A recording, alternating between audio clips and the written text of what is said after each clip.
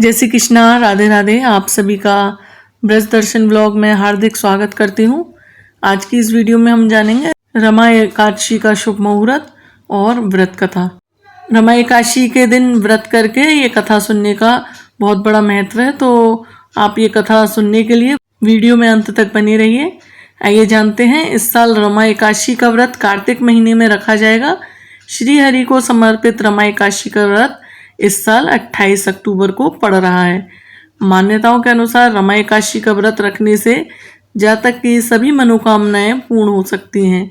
तो आइए जानते हैं रमा एकादशी व्रत का शुभ मुहूर्त, पूजा विधि और व्रत का पारण का समय, फिर अंत में व्रत कथा।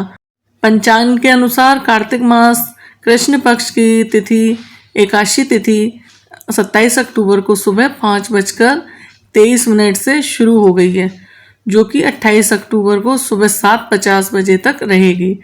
तो उद्यात तिथि के अनुसार रमा एकादशी का व्रत 28 अक्टूबर के दिन रखा जाएगा और एकादशी का पारण टाइम है पंचांग के अनुसार 29 अक्टूबर को एकादशी का पारण किया जाएगा, जिसका मुहूर्त सुबह 6:31 से लेकर सुबह 8:44 बजे तक है। पारण तिथि के दिन द्वादशी समाप्त होने का समय सुबह 10:31 से रहेगा। तो आप 29 तारीख को एकादशी का पारण करें। आइए सुनते हैं रमा एकादशी की व्रत कथा। धर्मराज युधिष्ठिर कहने लगे कि हे भगवान, कार्तिक कृष्ण पक्ष एकादशी का क्या नाम है, इसकी विधि क्या है, इसके करने से क्या फल मिलता है, सो आप विस्तार पूर्वक बताइए। तो भगवान श्री हरि बोले कि कार्तिक कृष्ण पक्ष की एकादशी का नाम रमा है। यह बड़े बड़े पापों का नाश करने वाली है। इसका महात्म्य मैं तुमसे कहता हूँ, ध्यानपूर्वक सुनो। हे राजन, प्राचीन काल में मुचुकुंद नामक एक राजा था। उसकी इंद्र के साथ मित्रता थी और साथ ही यम, कुबेर, वरुण और विभीषण से भी उनके मित्र थे। यह राजा बड़ा धर्मात्मा, विष्णु भक्त और न्याय के साथ राज्य करने वाला था। उस राजा की एक कन्या थी जिसका नाम चंद्रभागा था। उस कन्या का विवाह चंद्रसेन के पुत्र शोभन के साथ हुआ था। एक समय वह शोभन ससुराल आया। उन्हीं दिनों जल्दी ही पुण्यदायिनी एकादशी यानी कि रमा एकादशी भी आने वाली थी। जब व्रत का दिन समीप आ गया तो चंद्रभागा ने मन में अत्यंत सोच उत्पन्न हुआ कि मेरे पति अत्यंत दुर्बल हैं और मेरे पिता की आज्ञा अति कठोर है। दशमी को राजा ने ढोल बजाकर सारे राज्य में यह घोषणा करवा दी कि एकादशी को भोजन नहीं करना चाहिए। ढोल की घोषणा सुनते ही शोभन को अत्यंत चिंता हुई और अपनी पत्नी से कहा कि हे प्रिय, अब क्या करना चाहिए? मैं किसी प्रकार भी भूखा नहीं रह सकता, भूख सहन नहीं कर सकता। ऐसा उपाय बताओ कि जिससे मेरे प्राण बच सकें, अन्यथा मेरे प्राण अवश्य चले जाएंगे। चंद्रभागा कहने लगी कि हे स्वामी, मेरे पिता के राज में एकादशी के दिन कोई भी भोजन नहीं करता। हाथी, घोड़ा, ऊंट, बिल्ली, गौ आदि भी तृण, अन्न, जल आदि ग्रहण नहीं करती। फिर मनुष्य का तो कहना ही क्या है।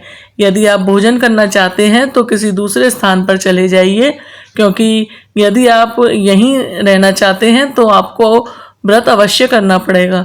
ऐसा सुनकर शोभन कहने लगा कि हे प्रिय, मैं अवश्य व्रत करूंगा, जो भाग्य में होगा वह देखा जाएगा। इस प्रकार से विचार कर शोभन ने व्रत रख लिया और वह भूख व प्यास से अत्यंत पीड़ित होने लगा। जब सूर्य नारायण अस्त हो गए और रात्रि को जागरण का समय आया, जो वैष्णवों को अत्यंत हर्षित देने वाला था, परंतु शोभन के लिए अत्यंत दुखदायी हुआ।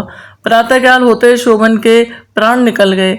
तब राजा ने सुगंधित कांड से उसका दाह संस्कार करवाया, परंतु चंद्रभागा ने अपने पिता की आज्ञा से अपने शरीर को दग्ध नहीं किया और शोभन की अंत्येष्टि क्रिया के बाद अपने पिता के घर में ही रहने लगी।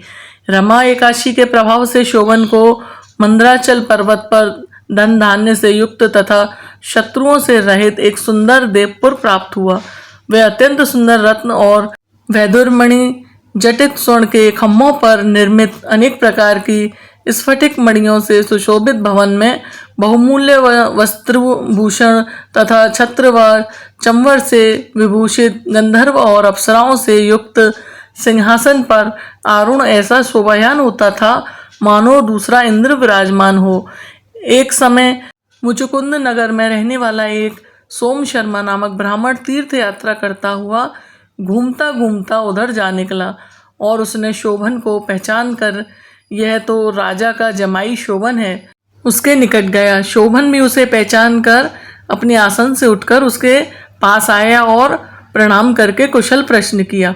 ब्राह्मण ने कहा कि राजा, मुचुकुंद और आपकी पत्नी कुशल से हैं, नगर में भी सब प्रकार से कुशल है, परंतु हे राजन, हमें आश्चर्य हो रहा है। आप इतना वृतांत कहिए कि ऐसा सुंदर नगर जो ना कभी देखा ना सुना आपको कैसे प्राप्त हुआ।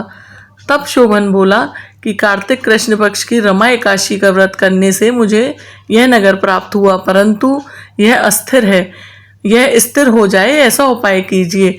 ब्राह्मण कहने लगा कि हे राजन, यह स्थिर क्यों नहीं है और कैसे स्थिर हो सकता है, आप बताइए, फिर मैं अश्वमेघ व और उपाय करूँगा।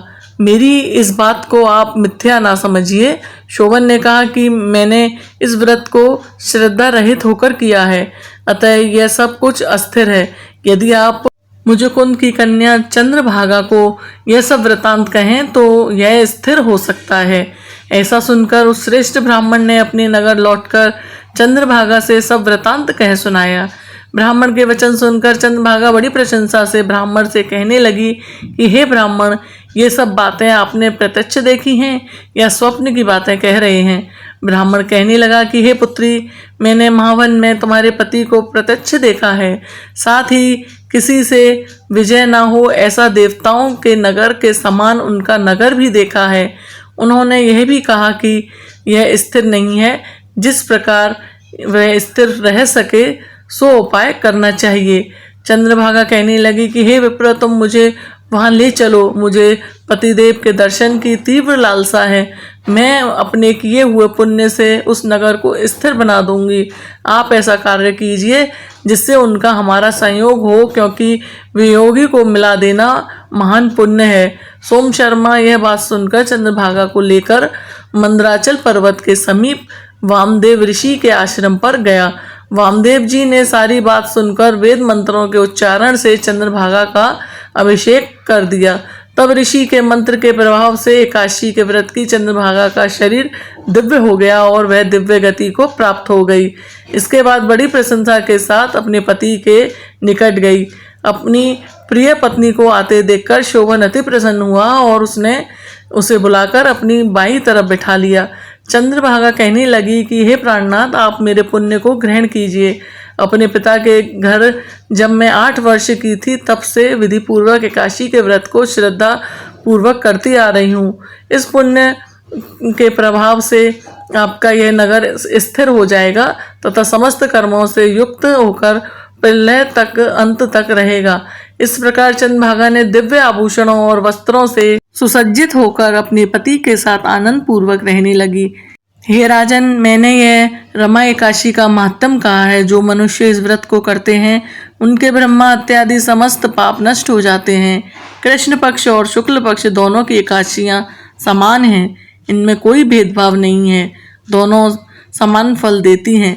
जो मनुष्य इस महात्म को पढ़ते अथवा सुनते हैं वे समस्त पापों से छूटकर विष्णुलोक को प्राप्त होते हैं। प्रिय भक्तजनों, आशा करती हूँ एकादशी के व्रत वाले दिन ये कथा आपके लिए लाभदायक रहेगी।